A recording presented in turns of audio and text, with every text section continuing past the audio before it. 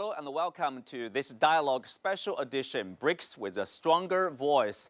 This year's BRICS Summit has grabbed the world's attention not only due to its record-breaking scale, but also the sweeping range of issues to be covered. How will the BRICS' ongoing expansion bring about changes in the global economy, but also in energy cooperation and innovation? What kind of a world order is the grouping striving for? And in what way will a greater BRICS give a bigger voice to the global South and help achieving openness, inclusiveness, cooperation, and win-win on a global scale? Join us for discussion today from Beijing. I'm Xu Qinduo.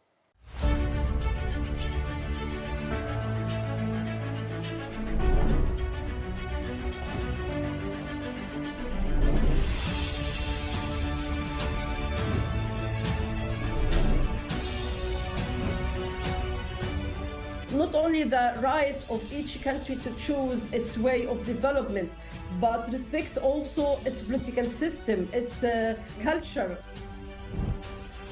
These new members can really amplify the voice of the global South. BRICS is not an anti-Western organization. It will put Western institutions into a proper perspective. China is absolutely leading the way in and making possible for the rest of the world. The future is BRICS.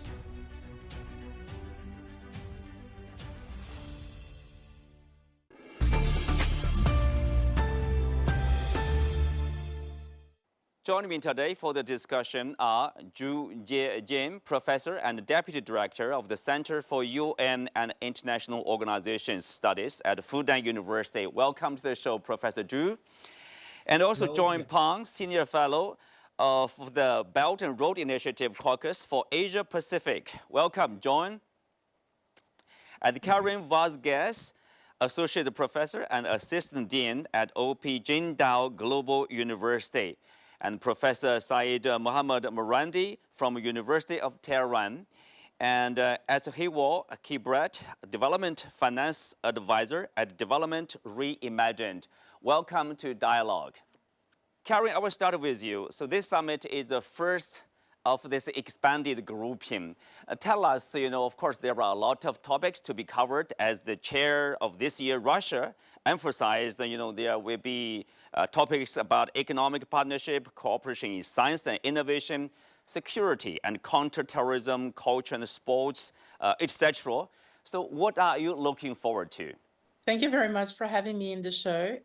What we are looking forward to is a strengthened multilateralism, which is the topic of the summit in Kazan this year, and the theme of the Russian presidency of the BRICS in 2024. And the strengthened multilateralism for a more equitable global development, for better security. And the theme actually reflects the original purpose of the BRICS when the bloc was created more than 15 years ago, which was for a craving for a more balanced and inclusive world order that reflects the interests of the different economies, and especially the economies in the global South. I think what we can anticipate, what we can expect, is especially with new members joining the BRICS this year. What we can expect from the Leaders Summit with this increased representation is a stronger political push for a more equitable and inclusive world order. And this said, I think these new members can really amplify the voice of the global South on key issues like fair trade rules, more equitable climate finance, greater technology transfer, and the emphasis on inclusivity and representation that the BRICS has placed in its discussions throughout all these years will also help address the issues of underrepresentation of the global South in institutions like the IMF and the World Bank. Yeah, Professor Zhu Jiejian, you were nodding your head. So obviously, do you agree with Karen? Yes, I totally with Karen. This year's summit, I think, is a little special, at least for 3 points. One, the membership. As you mentioned, new members. So BRICS group, since the beginning, the year 2006, at the foreign ministers meeting, and then 2009, the leaders meeting, until now, 15 years. So we can now have new members from the different background with Iran, with Saudi Arabia, with QAE, and Ethiopia, Egypt. These are new members. So how the new members will behave in this group and the traditional BRICS members with the new members interaction. This is very special this year. Secondly, I think this year summit is very special because of the timing. This year, the timing is also very special. Just now, the September, the UN hosted the summit of the future and issued the pact for the future, talking about the global governance reform. So next year will be the UN and IMF, World Bank, the global governance system, 80 years after the Second World War. And also many new international organizations with like the BRICS, New Development Bank, the Asian Infrastructure Investment Bank, these new IOs, 10 years next year. So in this year, I think is 2024, very special. We will see the global governance, the system, the traditional system, 80 years, and the new IO's 10-year anniversary. So BRICS is a group to push the global governance, change, reform. Very special summit there. As he will, I know Ethiopia is a new member to this year's summit, to the BRICS grouping. Tell us what kind of benefits Ethiopia is looking at from this membership. Well, yes, I think in many ways Ethiopia joining BRICS provides many advantages. I think as a country that definitely needs additional financing, I think one of the most obvious answers is access to the new development bank. Ethiopia currently needs significant amounts of financing as we continue to face debt servicing constraints, as we also see throughout the continent. And I think as countries like Ethiopia look to alternative sources of financing, I think joining a group like BRICS in many ways provides new opportunities, especially for securing concessional finance. Let's move on to Professor Morandi. Well, Iran is also a new member of this year's summit, so what kind of advantages of becoming a member of this larger developing countries club, let's say? Probably the most important element is that Iran would like to see a world where the United States and Western countries don't have extraordinary influence over the rest of the international community, and that the global South, the international community, can do trade and business and investment without being bullied or impeded by the West. So independent financial institutions are, of course, very important. Methods of trade and transaction that cannot be disrupted by the West are key. But also, I think that over the past few years, in particular, the United States has had a very reckless policy with regards to its financial sector, and therefore the dollar is not only has it been weaponized, but also the United States has been printing an extraordinarily large amount of dollars, and the change in interest rates and so on. All of this has caused huge difficulty for countries across the world, across the global South. So to move away from the US dollar and to move away from Western financial institutions would be of great benefit for Iran, but also countries across the global South. Mm-hmm. Well, John, of course, you are from, let's say, Malaysia. Well, you are not official representative of Malaysia, but let's say your understanding why Malaysia is actively seeking to join this group. Yes, indeed. And why not? Actually, what BRICS stands for really is a way of organizing interstate relations and a vision of the international order that Malaysia and the rest of Southeast Asia in the form of ASEAN has long been committed to. So, next year, for example, we'll see the 70th anniversary of the Bandung Conference. It wasn't just Southeast Asia.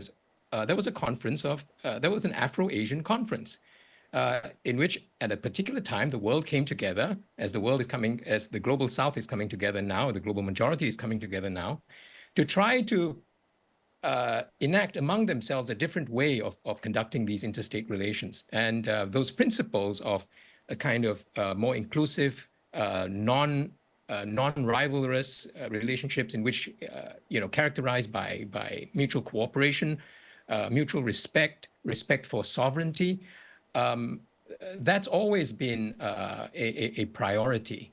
So BRICS is very much like ASEAN in that regard. It's ASEAN countries would feel very much at home. And if Malaysia were to join this year, then it would be the first ASEAN country. It would, in a way, be a kind of representative of ASEAN in BRICS. So really, this it's a prototype of BRICS is, I think, a prototype of multipolarity that the rest of the world seeks, that most of the world seeks. So we call it the global South, but now it's the global majority. Mm-hmm. If you look at Ethiopia's situation, of course, as a new member, we know that over the past couple of years, when the U.S. raised the interest for the U.S. dollar, many developing countries, including Ethiopia, suffered from the situation where, there's a shortage of U.S. dollar, for example, reserve currency, and also probably harder to attract foreign investment, direct investment there. By becoming the member, in what way that can help?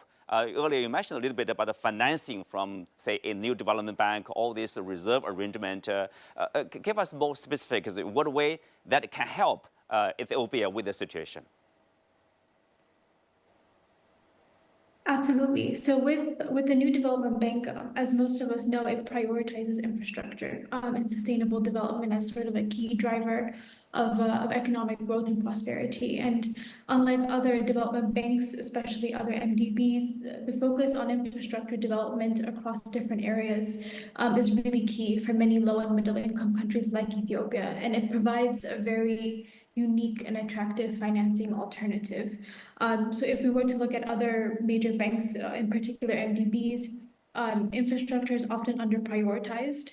So if we go back to the 80s and early 2000s, the IMF and the World Bank focused on social spending and governance over infrastructure. And then we started to see a surge in infrastructure financing by the World Bank. And even in the case of the African continent, we saw more financing through the African Development Bank that are starting to invest heavily on infrastructure as well. But the reality is that the level of commitment that we're seeing and the volumes of financing that we're seeing by major financial institutions is much lower than the financing that is needed.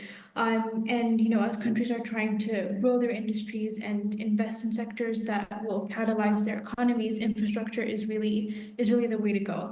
And so this lack of infrastructure financing can be seen, across the global South. So if we, at Development Reimagined, for instance, we have an upcoming infrastructure financing report, and it shows that the majority of financing on infrastructure on the continent is actually by African governments, followed by African financial institutions. So in Ethiopia, for instance, we found that to reach the Sustainable Development Goals, the investment cost that was needed just on infrastructure alone was between 200 to 300 billion.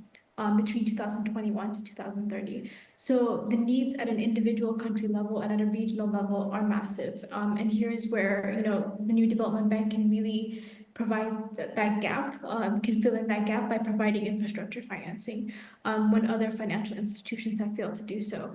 And even if you look at the Asian Infrastructure and Investment Bank, right, we also saw not too long ago that Kenya joined the AIIB as well. And so we're seeing this sort of shift in a desire to look at different alternative sources of financing, and for Ethiopia, that's going to be extremely important. And that shift away from traditional avenues of financing from the World Bank and the IMF and other similar institutions will be very important to see. In addition to this financing of infrastructure or emphasis, from this new development bank, what about this? What are the differences from, say, between securing credit from IMF or from this BRICS group?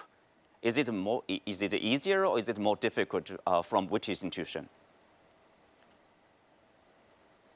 Well, yes, unfortunately, when borrowing from the IMF or the World Bank, there's often conditionalities attached. So for far too long, we've seen countries advocating for a reform of the Bretton Woods institutions that have shown, time and time again that they are not fit for purpose and also do not have the interests of borrower countries at heart. And they continue to prioritize end creditors and don't really reflect the realities that we see in the world today. And as mentioned, these institutions are celebrating 80 years this year, and we've barely seen changes in their operations and their governance and their lending structures as well.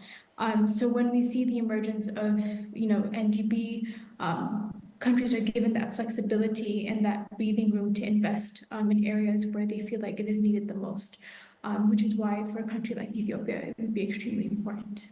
Well, let's turn to, say, energy cooperation among the BRICS members. Professor Zhu, of course, we know if you look at these BRICS members, including the new members, of course, they are rich in traditional energies and also resources for, let's say, new energies. For example, rare earth resources. They have 72% of the global total.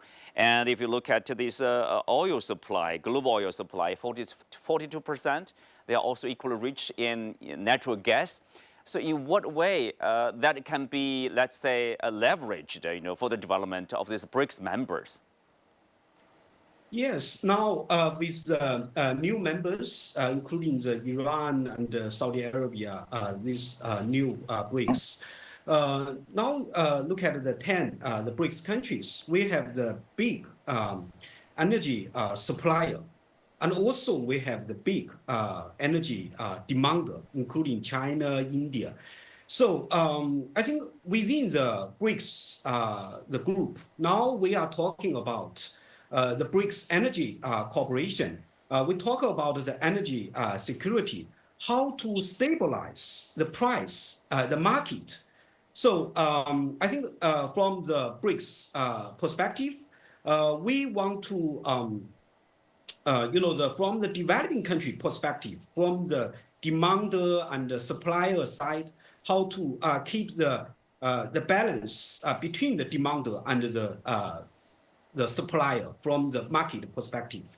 And also, secondly, I think the energy cooperation related to the climate change. Now the BRICS countries also very active to participate the global climate change governance. I think now how to push the energy transition. This is also a BRICS cooperation agenda. Well, transition.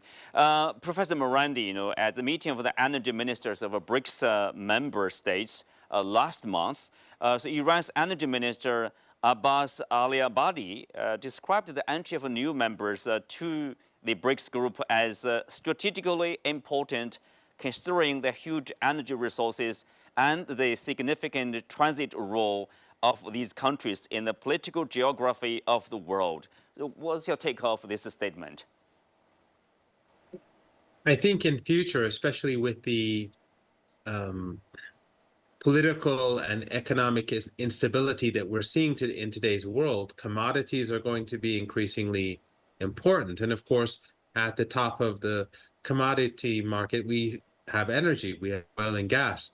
And therefore, it will be key for BRICS countries to cooperate extensively. So the better the financial cooperation, the more extensive the cooperation that exists between the financial systems between these two countries, the easier it is to invest and also to cooperate with regards to the energy sector, especially since the future of AI is becoming more important by the day. We know that AI needs a huge amount of energy. And since East Asia right now is moving forward very fast, especially China in this particular field. I think it is very useful to have both those advancing technological states in the same organization as those states that have huge supplies of energy. And the United States and the West, which have always tried to manipulate markets, they've always tried to also control the oil and gas and energy markets as well. And I think through BRICS, we can, alongside other issues, we can also have greater energy security for countries across the global south or the majority. Well, Karen, Brazilian ambassador to Russia, Rodrigo Soares, said also at the same meeting, actually, quote, "For Brazil, energy transition and energy security are two sides of the same coin." So, like, basically, you know, with one stone, killing two birds. So that's the direction of Brazilian energy problem development? Yes, there is indeed a need not only for Brazil, but most of the developing countries to balance the shift towards renewable energy with reliable and affordable energy access. So this is how we understand these two sides of the coin and how important it is for our emerging and developing economies. And for Brazil and possibly other BRICS countries as well, this means finding ways to reduce dependence on fossil fuels while maintaining stable energy supply, not only to power the economies, the industry, to boost, to fuel the economic growth, but also to ensure the well-being of the people of these countries. I believe that with an expanded BRICS mechanism, this topic could be accelerated, including energy transition by promoting greater collaboration on renewable energy projects, like sharing technology and expertise amongst the BRICS countries, through financing of large-scale infrastructure projects like solar farms, wind power, clean energy grids, and here the new development bank could play a very important role in this financing of these projects in the broader energy transition of the BRICS countries. But of course, there are also challenges for this to happen, right? Not only striking the right balance between transition and security, but also how this transition could affect industries that are tied to fossil fuels that for many of our countries are key or central to our economies, and for the people, how this could potentially affect jobs, disrupt the economy, in particular in countries that are more dependent on these sectors, and which human capacity is still possibly not up to speed to be incorporated in the new industries, in the clean, renewable energy industries. So I think it's a very challenging path ahead to strike the right balance between the transition and the security, not only for the economy and the supply, but also for the people. Speak of balance, John, some Western observers say that the expanded BRICS in terms of energy cooperation will probably take a similar approach to the US-led initiative called Minerals Security Partnership, which basically strengthens the stable supply of minerals like rare earths to the US market. What's your take on that? I think the projecting that that interest onto China, if I'm not mistaken, right? China securing raw materials supply for itself. But I think this is much more, you know, of course, this is the wrong picture because it's not about China alone. This is about all the countries participating in BRICS. But not only that, it's about global governance in the end.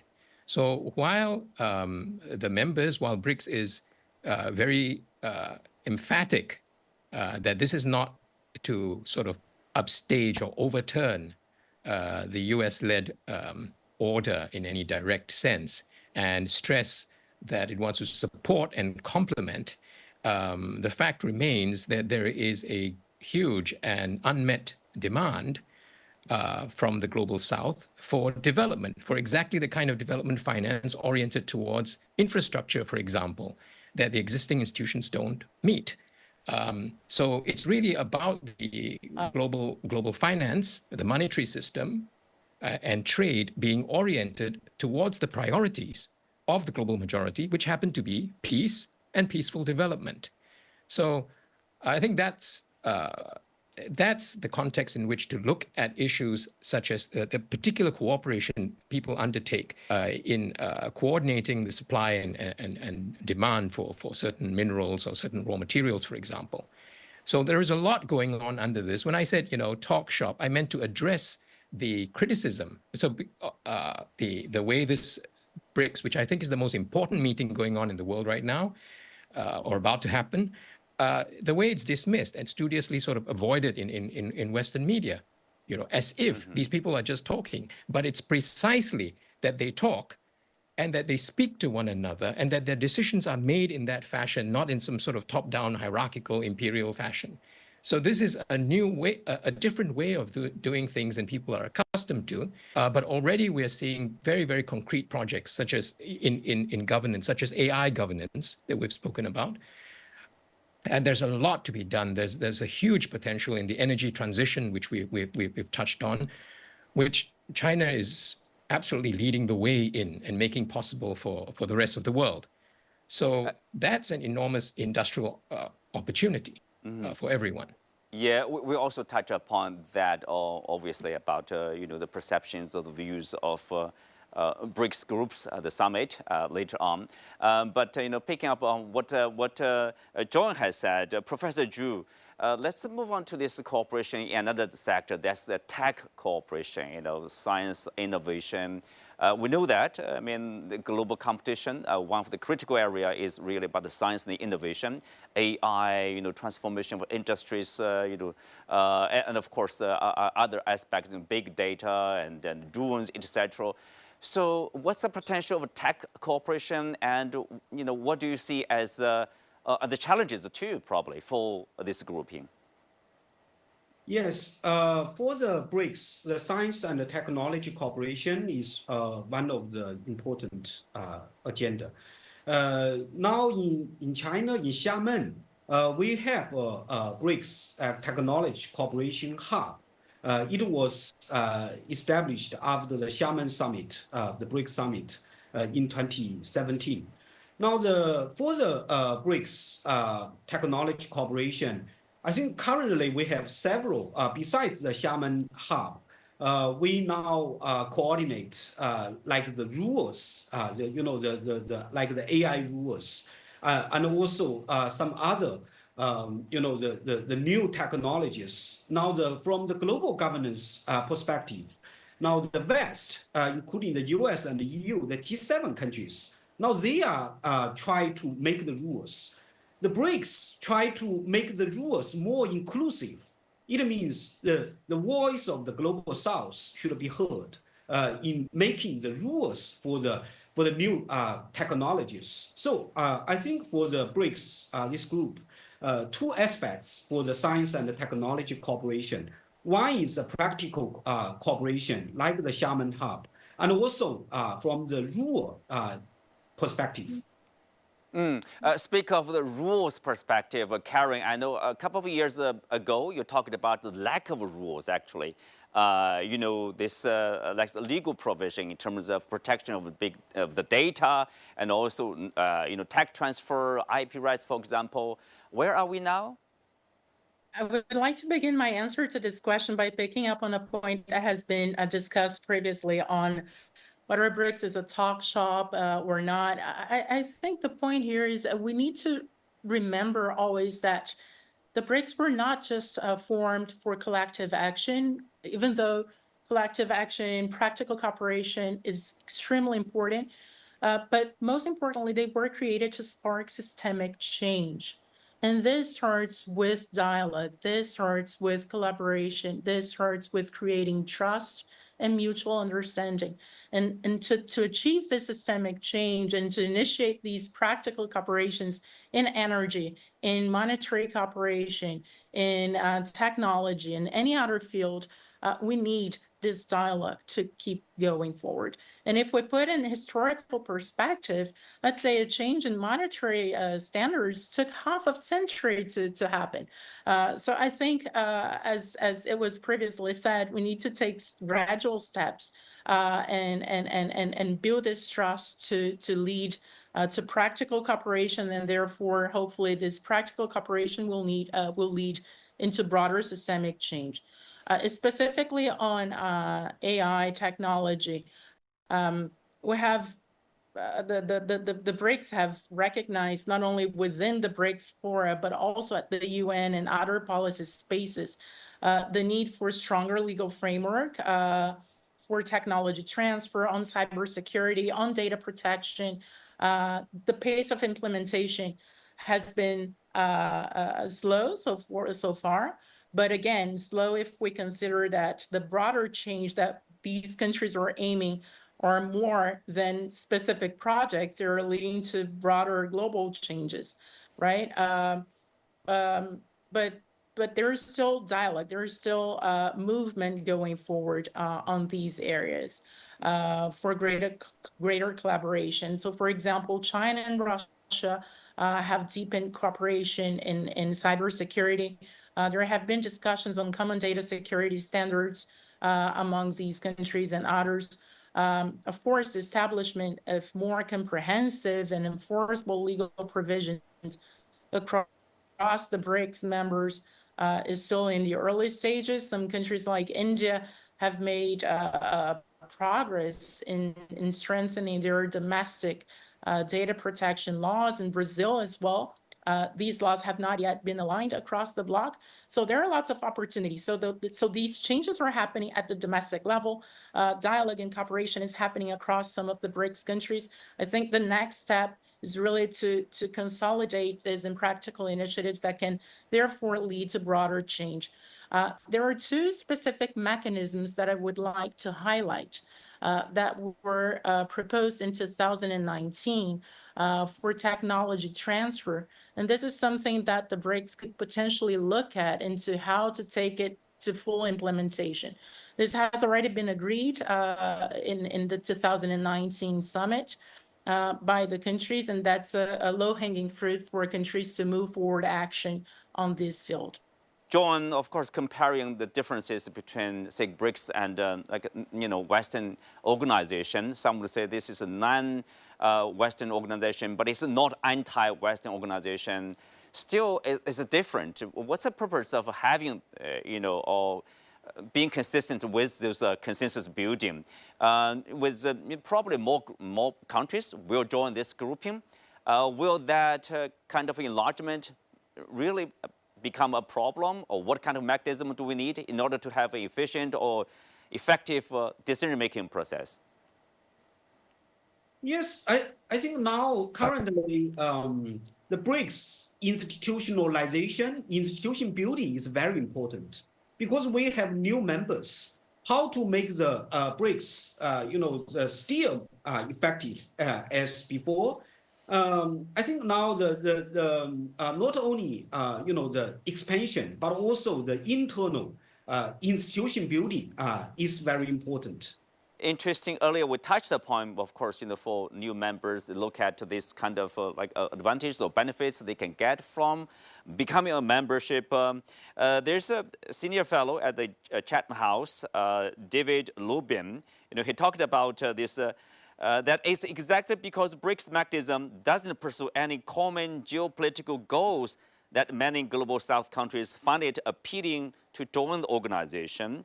If there's no common goals, what does that mean? What does that make this grouping probably less effective, less important? I think it really goes back to what you were saying a bit earlier, and that is that BRICS is not an anti-Western organization, but the West sees it as somehow an anti-Western organization because the means by which they have been governing the world effectively in the past has been through a hierarchical mechanism. The United States makes the rules, the Europeans align themselves with the United States, and that's how the decisions are made. Whether it's in Ukraine, where the United States decides on its own and the Europeans decide to sanction Russia, and therefore they expect the rest of the world to obey, or whether it's in Gaza, where they provide the Israelis with whatever weapons they want, and the rest of the world has to stand aside. This sort of mentality in the West, this demand to have control, is exactly what has fueled the rise of alternative organizations, and BRICS in particular, whether it's regional organizations like the Shanghai Cooperation Organization, among others, or BRICS. It is all really because they want to be able to cooperate with one another without having this hierarchical order that has been imposed upon the rest of the world literally for hundreds of years through the rise of European empires. So it is not an anti-Western organization.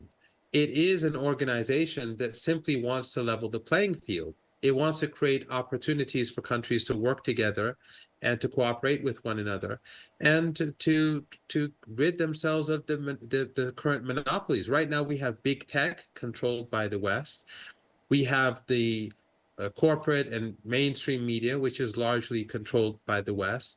And the rest of the world wants to be able to cooperate with one another without the West being able to cut ties, without the West being able to create the narratives about different countries.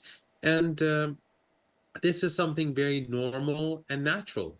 But again, the West sees this as a hostile move, and thus the statement recently made by Trump about punishing countries that move away from the US dollar, which is a right of any country to do so. John, you mentioned about probably the absence of coverage in Western media, or the lack of talk about this summit. Well, you know, it's a very different organization. I mean, the performance, they perform differently also from Western organization, right?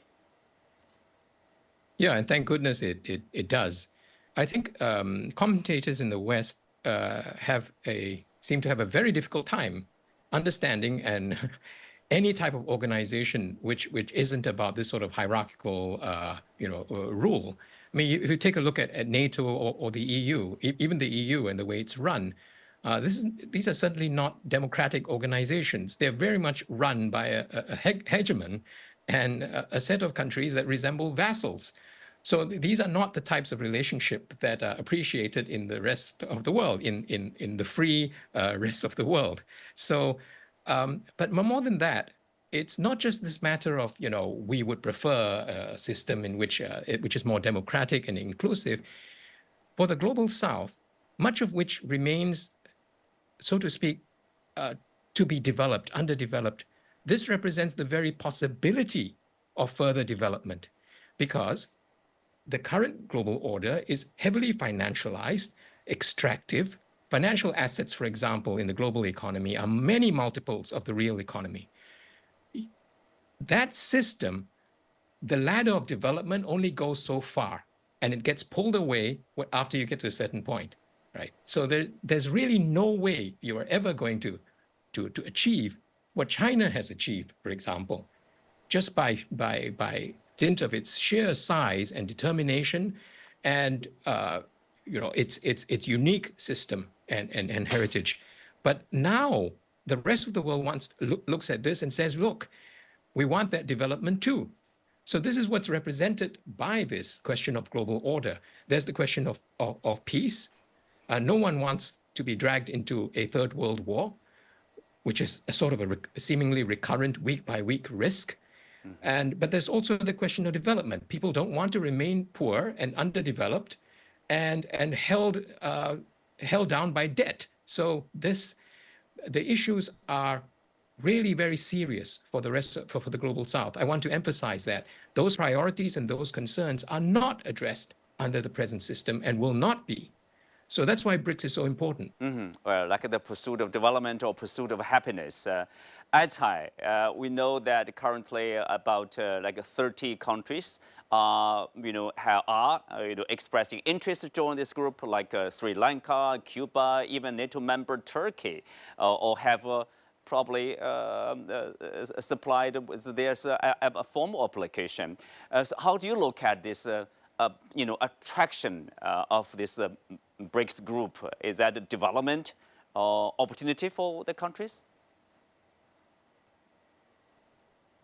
Yes, I think there are several reasons why joining BRICS has been very appealing for many countries. I think, and this is mentioned before, BRICS is seen as a platform that promotes multipolarity, with many countries in the global South really attracted to an alternative economic and political bloc that is not dominated by a single superpower, and where interests and priorities are heard, understood, and acknowledged at all levels. And with the current global order, I think there's been great, power division between the North and South in terms of politics, in terms of global governance and economic size. And I think this establishment and this, this image of a fair multipolar world, bringing together countries with a very similar agenda under the spirit of, equality and openness and inclusivity, and not based on economic size and global political influence, I think is appealing to many countries. I think the second point would be, countries in the global South are also having, diplomatic and political pressures at, at global forums, in different institutions, including the United Nations, and those frustrations have made BRICS more appealing. BRICS represents not only the interests of its members, but also the interests of the greater global South. And I think there's also growing interest in joining BRICS, and I mentioned this before, as an alternative source of development assistance and cooperation, as the group is, expected to enhance its economic size and, together with the opportunity to join the NDP, as I mentioned, to receive additional financing. And I think, also the BRICS cooperation is extensive, ranging from, trade and finance to health and education and global governance. And I think having one platform that really brings these different areas together through, exchange and knowledge and technology transfer and all that really makes BRICS very unique. So I think a combination of all of these factors, of course, among others, and the failures that we're really seeing within the current global order has increased the appeal of BRICS and helped its expansion and growth as we see it today. Well, Karen, of course, Brazil will take the presidency of BRICS for 2025. Are we expecting continuity of the agendas and also probably the continuous acceptance of new members? Absolutely, continuation of the agendas is certainly happening. As I said, this is beyond one presidency. This is at the very the aspirations for a more inclusive, equitable global order is at the origins of the BRICS itself. And in this year's BRICS presidency, Brazil's presidency of the G20. As one of the key priorities. So certainly this will continue in the coming year in different spaces, not only in the Brazil's presidency of the BRICS, but I would expect it to continue also in South Africa's presidency of the G20 and other policy spaces.